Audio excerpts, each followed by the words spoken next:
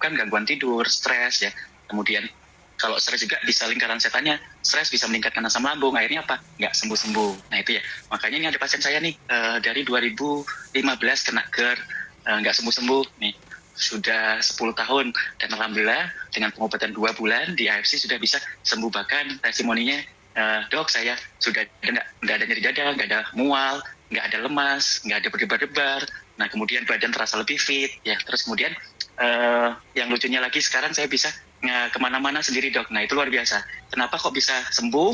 Padahal GERD itu dan MAH itu memang salah satu penyakit yang susah. Nanti akan kita bahas ya. Jadi kesimpulannya GERD adalah gastroesophageal reflux disease, di mana penyakit yang diakibatkan oleh reflux dari zat yang ada di lambung, ya, makanan, ya, gas, kemudian asam yang naik ke atas, di mana kerongkongan atau esofagus itu tidak ada pertahanan terhadap asam, sehingga mudah iritasi dan mudah luka yang mengakibatkan sensasi gejala nyeri terbakar, ya, kemudian mual, muntah, bahkan bisa batuk, ya, karena aspirasi.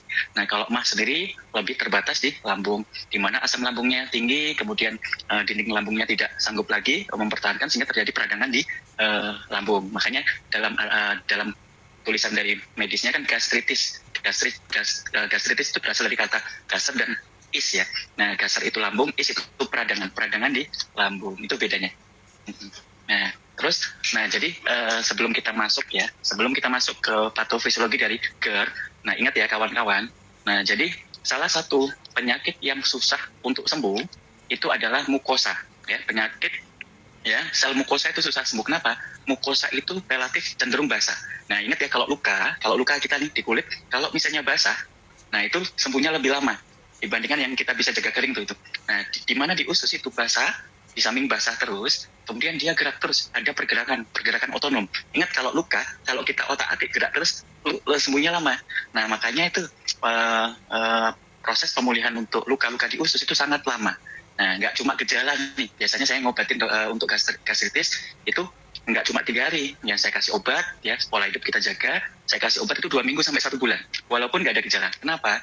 Karena mungkin gejalanya sudah hilang, cuma peradangannya, kemudian lukanya itu belum sembuh sempurna. Nah, ingat, nih kita sudah bahas kemarin.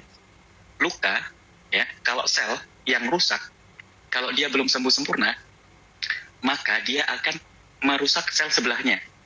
Padahal sel yang sebelahnya itu sudah kita perbaiki, masih ada sel yang rusak. Di sel yang rusak itu bisa merusak sebelahnya. Kayak teori apel busuk, ya.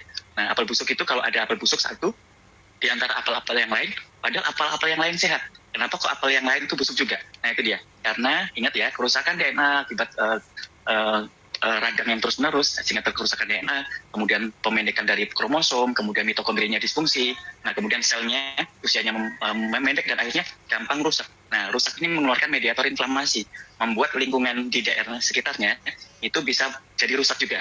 Nah, jadi ingat kawan-kawan, dalam terapi GERD, ya, saya ingatkan pesan pertama, dalam terapi GERD atau gastritis, ya, pastikan kawan-kawan sembuh. Nah, kenapa nanti nutrisi AFC, ya, baik Subbarasi, Utsukushi maupun Hikari, itu kawan-kawan wajib minimal 6 bulan. Kenapa? Itu tadi, selnya biar sempurna. Kalau selnya sempurna sembuhnya, dia nggak akan sakit lagi, nggak akan rusak lagi. Kalau misalnya putus di tengah jalan kawan-kawan, mungkin sebagian sudah sembuh, tapi sebagian lagi belum. Nah, sebagian lagi yang belum ini akan merusak sel yang sudah diperbaiki. Makanya minimal, ya, sebagian besar 90% sel atau jaringan atau organ itu harus sembuh, harus pulih, sehingga nanti kawan-kawan nggak perlu lagi itu minum-minuman obat, ya. Kemudian nutrisi AFC-nya juga bisa di stop atau dikurangi.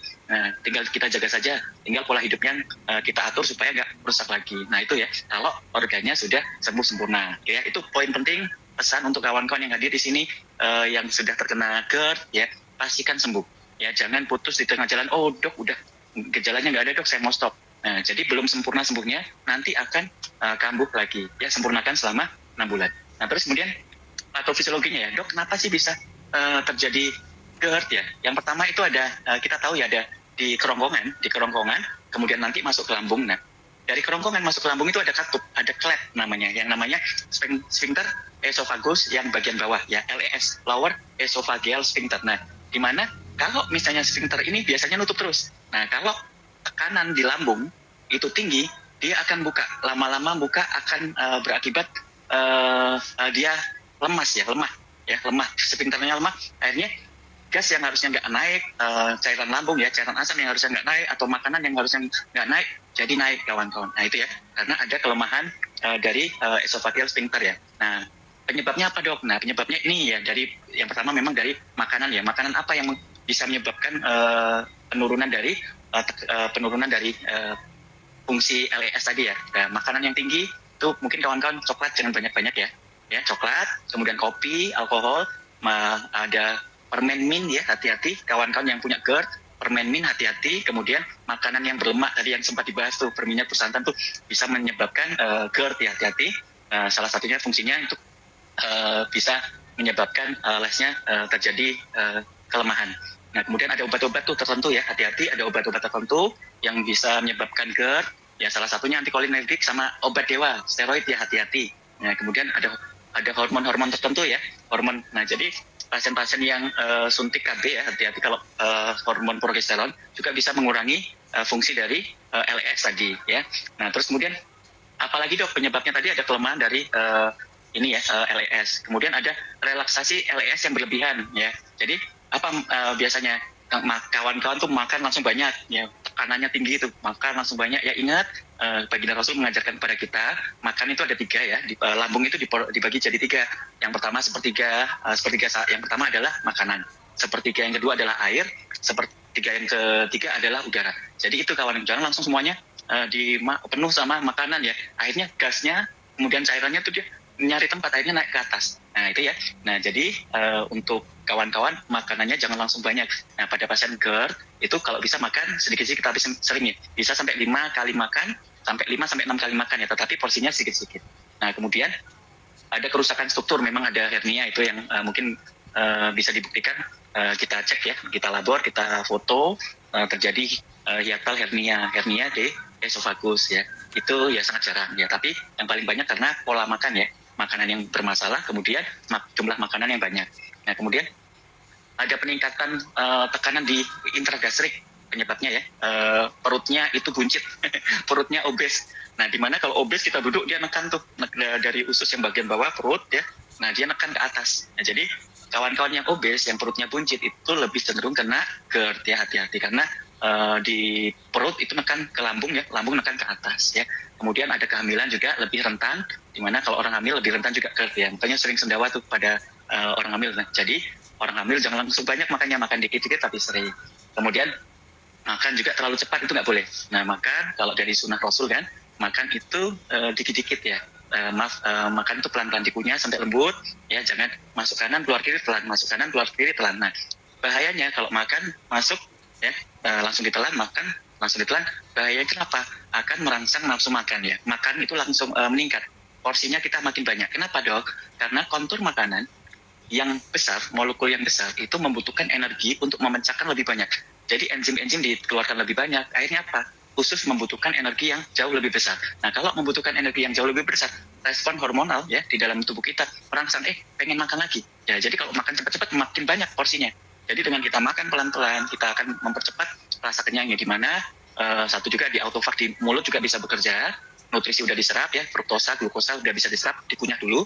Kemudian kontur makanan yang kita makan masuk ke lambung itu lebih lembut, sehingga memudahkan lambung ya. Di samping enzim-enzimnya, asamnya nggak terlalu banyak yang dihasilkan karena mudah dicerna, kemudian pengosongan lambung juga lebih cepat ya. Jadi makan kawan-kawan harus dikunyah dulu, jangan makan masuk kanan keluar kiri ya, masuk kanan langsung telan, masuk kanan kiri telan, jangan ya. Makin banyak makannya makin berat kerja lambung ya, dan itu bisa menyebabkan potensi GERD, atau kalau sudah GERD nggak sembuh-sembuh nanti. Nah, kemudian kerusakan barier mukosa esofagus. Nah ini ya, ini salah satu yang penting ya kawan-kawan. Ada makanan-makanan yang tinggi lemak itu banyak nempel di usus ya, di usus, di lambung. Nah itu bisa menyebabkan leaky gut. Nah leaky gut ini sistem imun akan turun. Nah pada saat sistem imun turun, ingat dinding lambung itu salah satunya dilindungi oleh sistem imun kita dari banyak yang makrofag, kemudian trombosit ya dan sebagainya. Nah kalau sistem imun kita turun, otomatis kualitas dari lambung akan berkurang, dan itu akan menyebabkan gastritis, gasnya meningkat, juga bisa akan mengakibatkan GERD ya, hati-hati. Nah itu inflamasi ya, inflamasi. Ingat, kalau usus inflamasi nggak cuma lambung ya, usus bagian bawah juga bisa mempermudah kita terserang gastritis, bahkan GERD ya, hati-hati. Kemudian ada makanan berlemak, itu banyak ya. Melemak ini lucu ya. Dia mekanisme untuk merusak lambung dan GERD itu sangat tinggi. Di samping ya nanti ada refleks dari empedu. Nanti ada prosesnya, kita kurang minum, kemudian kita stres, kemudian empedunya tinggi ya. Akhirnya dia akan memperberat refleks dari gaster ya, hati-hati. Nah itu mungkin ini ya sedikit ya terkait masalah penyebab ya. Mungkin kita akan lebih ke banyak tanya jawab ya lebih, karena yang kalau materinya terlalu banyak, nanti saya terangkan nih gimana caranya nih kalau misalnya sudah bosan kena GERD, kemudian apa sih dok yang dikonsumsi dok? Nah kemudian multivitamin apa sih dok yang akan yang diberikan, kemudian pola hidup apa sih dok yang kita jaga, terus kemudian gimana sih peranan Subarashi Utsukushikari dalam GERD, kenapa kok bisa proses pemulihannya cepat? Nah itu mungkin akan kita jawab, mungkin lebih sesi ke tanya jawab lebih enak ya, karena mungkin kalau ngomong sendiri panjang nanti bingung interaksinya kurang, bondingnya kurang ya. Oke, mungkin kita banyakin tanya jawab aja. Ya silakan boleh. Oke, kita baca ya, izin kita baca tanya jawabnya ya. Teman-teman kalau ada yang mau tanya juga yang berkaitan sama topik pembahasan hari ini, boleh banget komen di kolom komentar ya teman-teman. Oke, ini ada Wening Rosa. Kemarin suami juga masuk ke rumah sakit karena GERD. Nah ini, kawan-kawan, kalau GERD itu susah disembuhkan, hati-hati. Jadi kawan-kawan harus konsisten. Nah, cara sembuh yang pertama, ini trik. Kawan-kawan, tips yang pertama, ya, tips yang pertama nomor 1 adalah ini ya. Rata-rata orang GERD itu punya gangguan dari psikologis ya, stres. Nah, jadi pertama yang harus dilakukan untuk Wening Rosa ya, suaminya, nggak boleh stres. Dok, susah dok, stres dok, pasti ya. Orang GERD itu pasti rata-rata stres. Ya, karena ingat ya, sejatinya kalau misalnya terjadi permasalahan lambung, ya, asam lambung naik, itu bisa mengakibatkan gangguan tidur, ya, gampang stres, kortisol naik, dan kawan-kawan. Itu menyebabkan stres. Nah, stres itu juga akhirnya lambat laun juga akan mengakibatkan peningkatan asam lambung. Nah, jadi harus di-cut. Jadi gimana dok cara menghilangkan stres? Ya, yang simple, tiap pagi saya sarankan untuk kita bersyukur ya. Kita sebutkan satu-satu ya. Kalau bersyukur gampang dok, bersyukur. Nah, susah. Tapi lebih simpelnya gini, tiap pagi kita sebutkan hal apa yang dalam hidup ini, pagi ini, kita masih diberikan kebahagiaan. Contoh misalnya saya ya, satu, alhamdulillah anak saya sehat ya, bersama saya di rumah. Nah, coba saya bayangkan kalau berada di rumah sakit, yang cacat mungkin, yang sudah yang lain punya penyakit jantung bawaan. Nah, itu kita bayangkan dan kita syukurin. Kalau kawan-kawan nggak bayangkan, nggak akan rilis tuh. Stres nggak akan rilis. Nah, itu cara otak bekerja seperti itu. Kita harus spesifik membayangkan. Kalau kawan-kawan bersyukur, oh nggak dapat bersyukur, cuma di mulut aja. Jadi otak harus dirangsang untuk membayangkan. Jadi kita sebutkan apa yang bahagia dalam hidup kita beri syukur. Ya, kita ucapkan syukur. Oh terima kasih Tuhan, pagi ini saya masih bisa hidup. Pagi ini saya punya ini, pagi ini saya masih ada ini, ya itu disebutkan.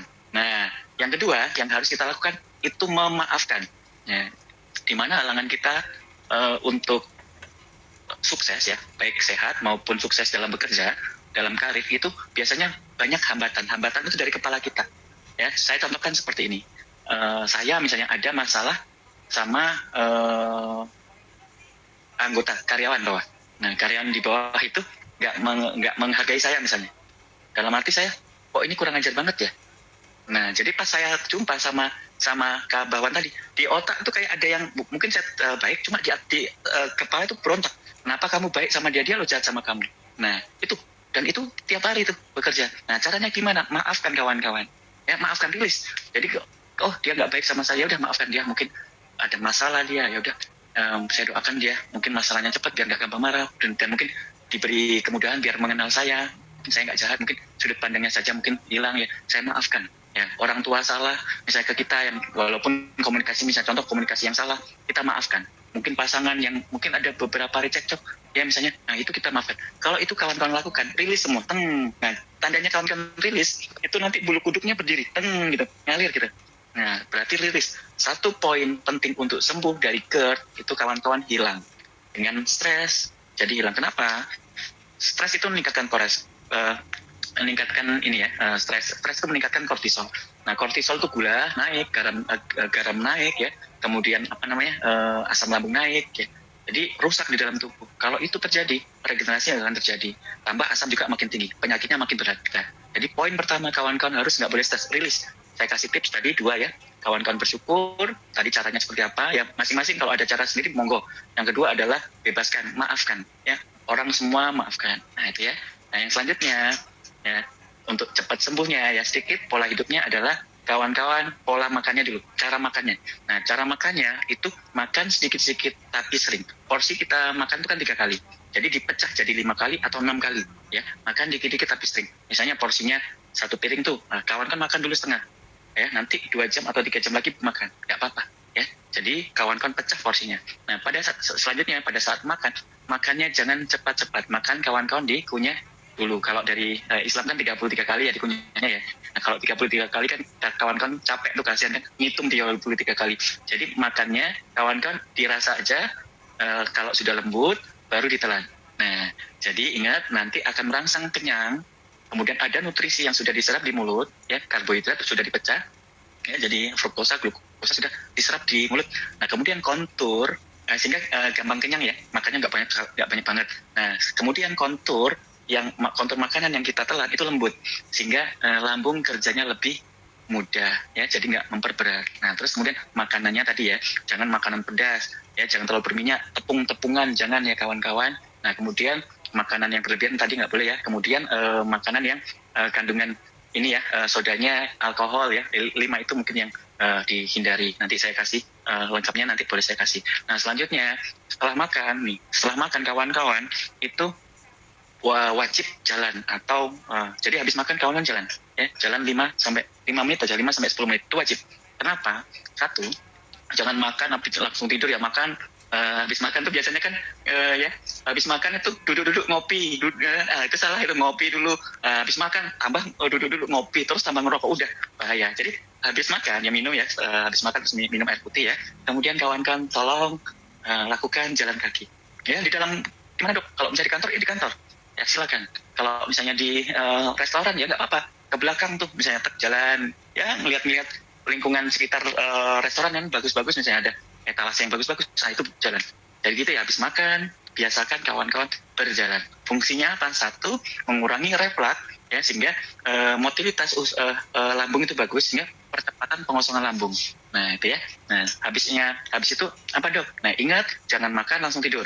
Nah jadi malam itu kalau bisa maksimal jam 7 udah nggak makan.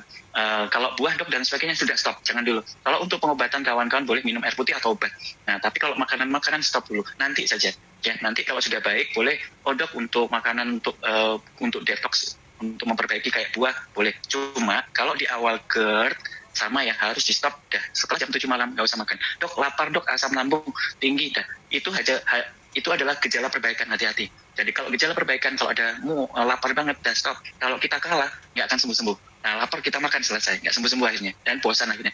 Nah terus nutrisi apa dok yang paling bagus ya? Jadi multivitamin dok yang paling bagus salah satunya adalah zinc, kalium, selenium, sama vitamin D ya, 4 terbesar itu ya. Kawan-kawan catat ya, zinc yang pertama vitamin D, memang vitamin D ya. Kemudian zinc untuk usus ya. Kemudian boleh selenium atau magnesium, itu 3 ya. 3 besar aja saya kasih ya. Yang pertama vitamin D, yang kedua zinc, yang ketiga adalah magnesium ya. Vitamin dan mineral itu 3 kawan-kawan boleh konsumsi rutin. Nah yang luar biasanya jelas ya, yang luar biasanya adalah AFC. Ingat ya, di dalam Subarasi ya, kita udah bahas tuh dia merangsang growth factor. Nah growth factor ingat ya, kemarin kita bahas perbaikan DNA, perbaikan telomer, kemudian mitokondrianya bagus karena ada koenzim Q10 sehingga selnya itu nggak gampang rusak, nggak gampang mati, usianya lebih panjang. Kemudian lingkungan sel, tadi kan sel yang rusak akan merusak sel sebelahnya. Nah antioksidan dari Subarasi Utsukushi Hikar itu tinggi, nah sehingga nggak merusak sel yang rusak, nggak akan merusak sel sebelahnya ya. Jadi itu dicegah. Nah terus kemudian balik lagi ya di regenerasi ya, di mana Suba itu merangsang growth factor. Growth factor apa dok yang bagus memperbaiki mukosa dari lambung? Nah mukosa dari lambung yang ditekankan oleh Subarasi adalah insulin like growth factor 1 ya, jaringan. Nah kemudian yang lebih kuat lagi adalah epidermal growth factor, EGF. Nah EGF ini spesifik, dia akan meregenerasi jaringan epitel ya. Epitel apa? Epitel kulit dan epitel mukosa. Nah makanya kalau kawan-kawan konsumsi Subarasi kadang muka ya lebih cerah ya, kemudian usus jadi lebih baik, ditambah usus jelas ya, usus udah jelas fokusnya memang di salmon DNA itu di kulit ya, tapi kalau subah secara keseluruhan. Nah terus kemudian fungsi subah tadi apalagi dok, perbaikan DNA dari sirtuin 1 sama sirtuin 6, kemudian telomerase juga yang replikasinya nggak bisa, selnya nggak bisa membelah diri karena udah kelamaan sakit ya, udah bertahun-tahun, dan sehingga telomernya memendek, nggak bisa replikasi. Nah itu diperbaiki juga oleh Subarashi, sehingga telomernya nanti memanjang, akhirnya sel bisa bereplikasi lagi, bisa menyembuh. Nah terus kemudian mitokondrianya tadi ya, ingat di Subarashi ada koenzim Q10, energi untuk mitokondria, selnya memanjang, kemudian aktivitas sistemik antioksidannya sehingga menjaga peradangan. Nah terus secara keseluruhan kawan-kawan regenerasi bisa cepat. Nah ditambah UTSU, ingat ya, UTSU probiotik saja itu bisa melawan bakteri yang ada di usus dan di lambung. Kemudian juga bisa memperbaiki mobilitas dari pergerakan dari lambung. Nah kemudian ada Takara kombu fukoidan, itu probiotik ya. Takara kombu fukoidan, ingat di medis obat lambung untuk lapisan lambung itu ada namanya fukoidan. Nah, kawan-kawan bisa searching aja. Obat lambung adalah fukoidan. Nama dagangnya ada Fukobac, Fudan, fukoidan, banyak. Dan itu obat lambung, kawan-kawan. Di usus udah ada, langsung otomatis ada Takara kombu fukoidan. Fungsinya apa? Untuk melapisi dari dinding lambung. Jadi kawan-kawan dok, yang punya lambung bukannya subah dok. Nah, dua-duanya, jangan satu aja. Dua-duanya. Nah, terus ingat ya, kalau usus bagus, penyerapan nutrisi bagus, sistem imun akan naik. Nah, sistem imun itu digunakan untuk proses awal perbaikan atau regenerasi. Karena regenerasi itu butuh banyak sistem imun. Ya, Ma. Sebentar ya.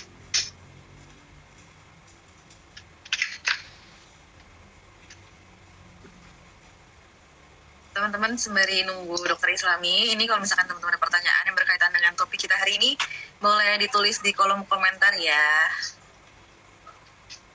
Oke, sorry. Sponsor. Nah, jadi tadi ya, dengan sistem imun kawan-kawan nanti akan cepat proses regenerasi. Jadi mengkombinasikan subah dan utsu jelas luar biasa ya. Jadi nggak ada subah saja, nggak ada utsu saja. Dan ingat, untuk GERD saya sarankan minimal di awal itu 3 pasang. Karena ingat ya, kerusakan sel di mukosa itu sangat berat ya. Nah, dia itu kerusakannya terus-menerus. Nah, kalau misalnya kerusakannya nggak kita lawan terus, nah kita kejar-kejaran antara sel yang rusak tiap hari, kemudian antara yang diregenerasi. Jadi di awal 1 bulan pertama, saya sarankan kawan-kawan konsumsi 3 pasang. Ya, saran 3 pasang subah dan utsu. Nah, kemudian baru 1 bulan kawan-kawan adjustment, dan disempurnakan selama 6 bulan. Dan insya Allah kalau sudah selesai 6 bulan, sudah. Nah ini contoh mama saya. Dulu saya belum berikan Subarashi Tsukushi ya. Minta berobat ke dokter spesialis ya. Ke dokter spesialis penyakit dalam tuh.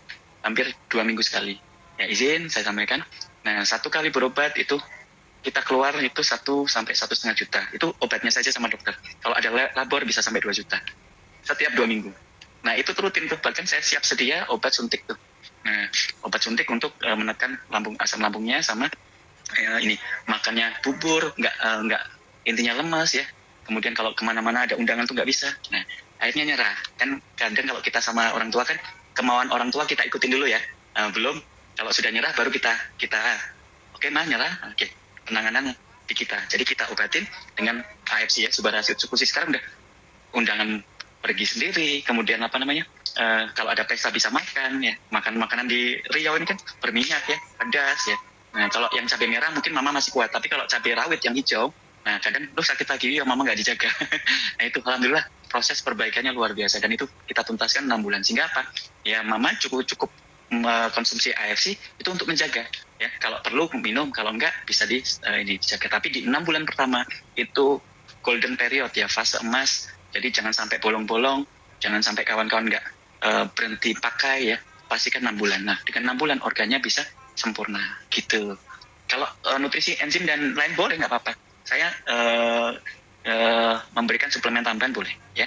Kalau misalnya masih ada konsumsi obat-obatan dari medis, lanjutkan ya. Karena ini lebih spesifik untuk mengembalikan sel. Jadi komposisinya itu lebih ke kebutuhan sel secara seluler. Kalau untuk kebutuhan secara umum, boleh kawan-kawan tambahkan. Ya tadi kayak zinc, kemudian kayak magnesium serta vitamin D. Itu silakan ditambahkan. Gitu. Oke. Oke. Ini kan tadi dokter Islami juga mention kalau misalkan jalan kaki itu penting banget tuh buat membantu meringankan gejala GERD juga. Nah, ini setelah yang aku tahu nih dok, emang olahraga ringan itu baik. Cuman kalau untuk penderita GERD itu nggak boleh olahraga yang terlalu intens gitu ya dok ya? Betul. Nah, di mana memang ya, kalau GERD, kawan-kawan itu rata-rata gampang keliengan. Tuh, semua tuh rata-rata pasien GERD tuh gampang keliengan. Nah, jadi intinya, poinnya, kita pada saat untuk menjaga supaya tidak GERD atau pada saat GERD, intinya habis makan, kawan-kawan lakukanlah gerakan yang semampunya. Ya, kalau misalnya kita masih bisa gerak, ya di rumah saja gerak, jalan. Ya, dengan kita berjalan di telapak kaki itu ada saraf ya. Nah, sudah diteliti namanya piezoelektrik ya, di mana dengan tekanan-tekanan di daerah piezoelektrik akan merangsang pergerakan dari usus. Nah, dari lambung ke usus ya. Nah, tinggal disesuaikan dengan pasiennya. Jangan langsung tinggi, jangan. Tapi kawan-kawan tahu konsepnya, habis makan, bagusnya memang dibuat bergerak, dibuat jalan. Nah, jalannya semampunya. Jadi bertahap, kalau misalnya mampunya sedikit, oke. Besok nanti lama-lama akan meningkat, gitu. Bagus, pastikan bergerak. Nah, tadi juga dokter sempat ngebahas tentang kalau gejalanya hilang itu apakah dinding lambungnya itu benar-benar pulih atau belum sih sebenarnya. Nah, ini gimana sih dok cara membedakannya? Misalkan nih gejalanya udah hilang. Nah, cara kita benar-benar tahu kalau dinding lambungnya ini sudah membaik itu gimana sih dok caranya? Nah, jadi yang paling bagus memang di gastroskopi, di endoskopi dilihat ya, paling bagus ya. Nah, tapi gini saja, saya kasih gambaran kan kalau gastroskopi itu kan mahal ya, lumayan juga. Nah, jadi pakemnya aja, kawan-kawan konsumsi Subarasi Eksekusi selama 6 bulan, dosis 1 bulan pertama itu 3 pasang, yang 5 bulan selanjutnya kawan-kawan sesuaikan, boleh 2 pasang ya. Nah, saran sih 2 pasang dipertahankan sama 6 bulan. Kalau bagus banget, mau cepat ya, bisa nggak sampai 6 bulan, itu 3 pasang terus ya untuk pasien GERD. Nah, sehingga nanti pas pada saat sudah, taruhlah 4 bulan ya, kalau misalnya 3 pasang itu bisa 4 bulan. Kawan-kawan, di 4 bulan kawan-kawan silakan endoskopi, lihat. Nah, itu yang paling keren ya, karena udah saya lakukan ya di pasien saya Bu Devi di Mojokerto. Nah, terus dok, kalau mau pengen cepat tahu dok gimana? Oke, ya ini saya bedakan tanpa berobat dengan AFC ke medis saja, dan yang kedua tambah AFC. Nah, saya sampaikan dulu, kalau untuk gastritis saja sama GERD saja atau gastritis saja yang masih muda itu saya kasih obat minimal 2 minggu, walaupun 2-3 hari gejalanya udah berkurang, udah enak. Nah, jadi saya pertahankan tuh selama 2 minggu konsumsi obatnya apa? Saya pastikan pemulihannya bisa sempurna, karena sel di mukosa itu jauh lebih lama proses pemulihannya dibanding sel yang di kulit tuh ya. Nah, jadi lebih lama. Untuk terapi itu belum menjamin itu udah sembuh atau enggak. Nah, tapi minimal. Nah, tapi konsepnya kawan-kawan harus tahu. Jadi kalau ada penyakit lambung harus organnya sembuh, bukan gejalanya. Kalau gejalanya bisa hilang tapi masih ada penyakit. Untuk mengetahui secara jelas memang di endoskopi. Tapi secara trik itu tadi saya kasih tahu, konsumsi AFC selama 6 bulan itu jauh lebih manfaatnya lebih besar.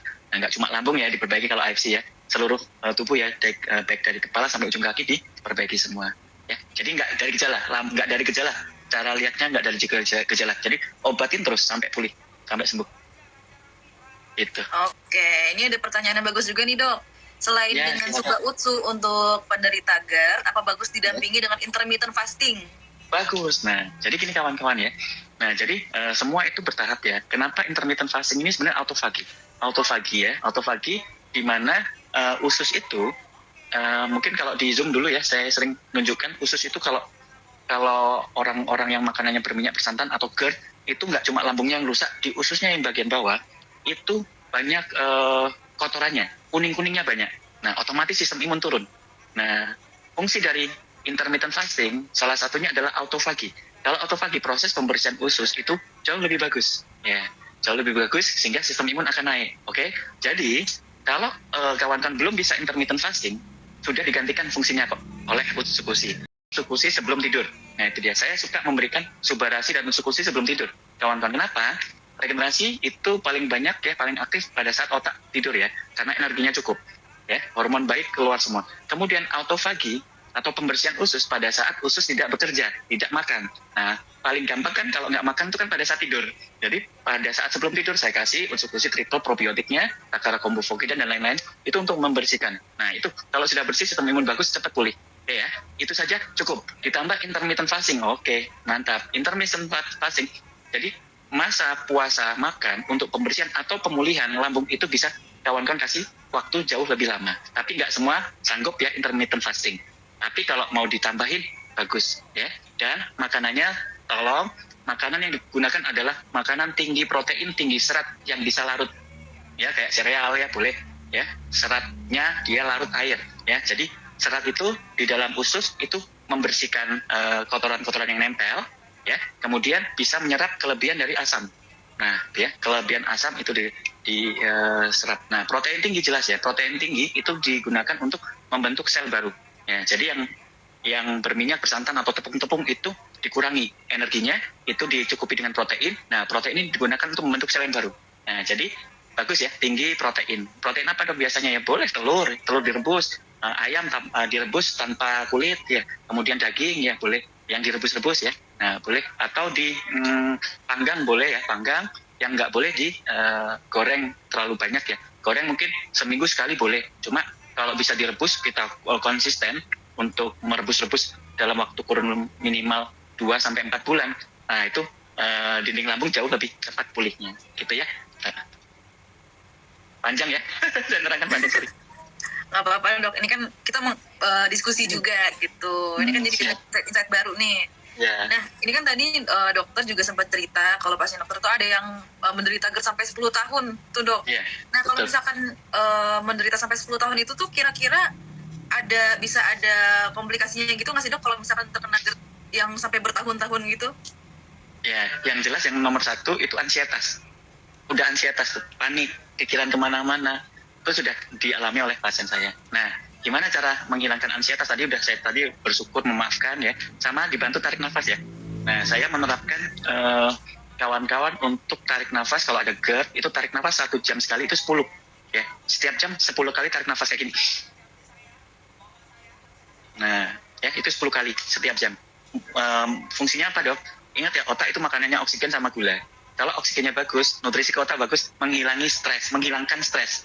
Nah itu ya karena pas GERD itu pasti stres, apalagi bertahun-tahun, pasti panik. Nah itu komplikasi yang paling sering orang GERD itu udah ada yang kemarin chat saya, ya dok, saya udah ansietas dok, saya udah konsultasi ke dokter psikiater, saya nggak bisa tidur, saya minumnya obat tenang, jelas itu pasti terjadi kalau dengan GERD yang lama. Dan biasanya GERD itu penyakit yang lama, memang penyakit kronis, sehingga membuat stres harus di stop. Nah selanjutnya komplikasi apa lagi dok? Jelas ya terjadi penurunan sistem imun ya, karena terjadi peradangan, kemudian leaky gut. Nah kalau misalnya leaky gut, usus kalau ada luka, zat-zat racun yang harusnya nggak masuk, kemudian bakteri yang harusnya nggak langsung masuk, virus yang harusnya nggak langsung masuk semua kawan-kawan.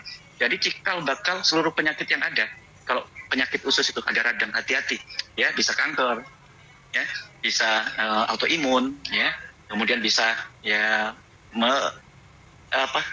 penyakit-penyakit ringan, gampang sakit ya, dikit-dikit batuk, dikit-dikit pilek, karena sistem imun akan turun. Konsepnya itu, sistem imun akan turun kalau kita terjadi peradangan di lambung, peradangan di usus. Nah akhirnya pasien saya itu lemas, berdebar-debar, nggak energik ya, kemudian ngapa-ngapain males ya.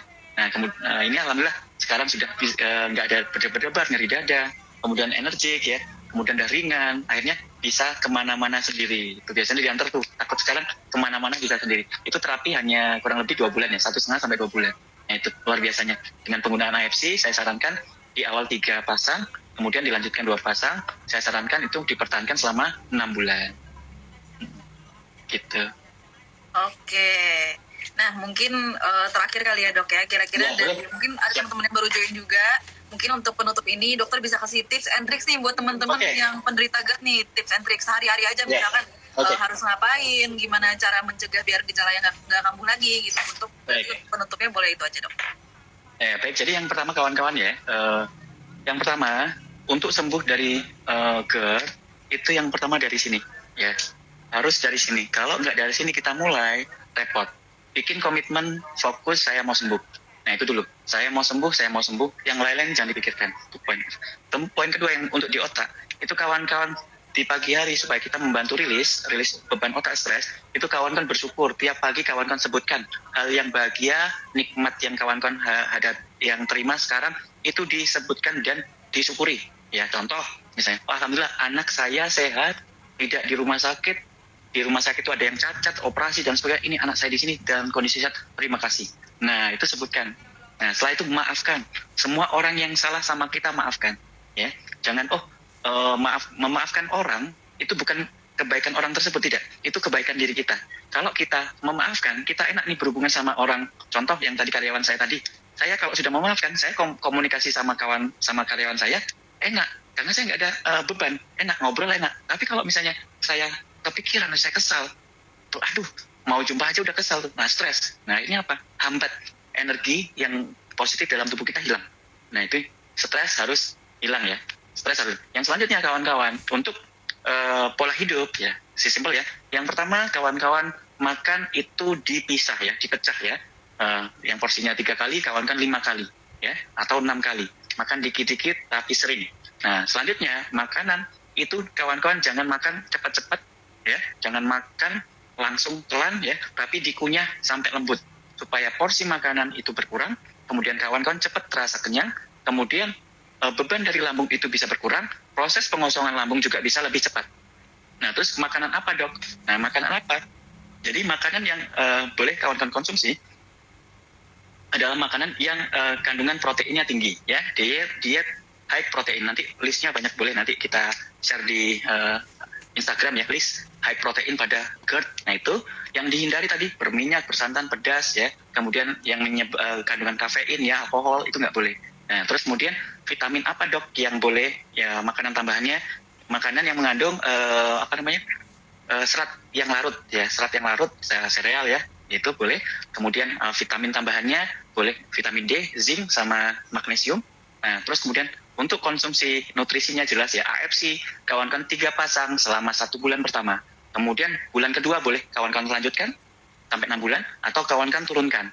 Nah di 2 pasang. Kenapa 1 bulan ini 3 pasang? Karena kita boost ya, karena kalau GERD itu penyakit yang lama, karena GERD itu proses sembuhnya itu lebih susah dibandingkan sel yang lain, makanya minimal 3 pasang ya. Mudah-mudahan kawan-kawan cepat pulih ya, cepat sembuh, dan dimulai dari otak kita ya, hilangkan stres. Mungkin itu kawan-kawan. Oke, terima kasih dok. Ini ada yang komen nih, emang harus positive vibes nih ya dok ya, biar semakin kita berkurang, semakin berkurang stresnya, semakin berkurang juga kayaknya gejala kita untuk kambuh dari GERD ini ya dok ya.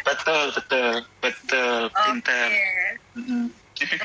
Teman-teman, aku mau ngerimain juga besok hari Sabtu itu kita masih ada seminar kesehatan juga, jadi mungkin pertanyaan-pertanyaan yang belum terjawab hari ini bisa ditanyakan besok juga. Dan minggu depan hari Jumat juga kita masih ada seminar diskusi bareng Dr. Islami juga. Jadi jangan lupa untuk join di jam 3 sore ya teman-teman. Terima kasih banyak dokter. Dan ini siapkan pertanyaan ya. Jadi nanti kawan-kawan, jadi nanti pertanyaannya udah langsung. Iya, dari awal langsung komen pertanyaannya, nanti kita bisa pilih-pilih untuk sesi tanya jawab di akhir gitu. Dan ini untuk yang Zoom besok ini spesial ya, karena saya jarang bahas, dan pertanyaannya itu memang banyak nih. Pasien gagal ginjal kronis. Nah, gimana gagal ginjal kronis nih, presentasi kesembuhannya seperti apa sih yang harus dilakukan. Bahkan saya suruh kan minum banyak dok, kalau gagal ginjal kan minumnya nggak bisa. Nah besok, spill ya, jangan lupa ikutin Zoom AFC untuk support kita semua ya. Nanti insya Allah saya akan berbagi informasi ke kawan-kawan. Terima kasih. Oke, thank you banyak dokter. Sampai ketemu lagi kita di minggu depan, diskusi lagi. Teman-teman juga jangan lupa join Zoom-Zoomnya AFC, ada training, ada LOP sama health seminar juga, dan jangan lupa join live-nya AFC juga di hari Jumat jam 3 sore bareng Dr. Islami. Oke, thank you banget dok. Sampai ketemu di minggu depan. Terima kasih teman-teman yang udah join. Terima kasih.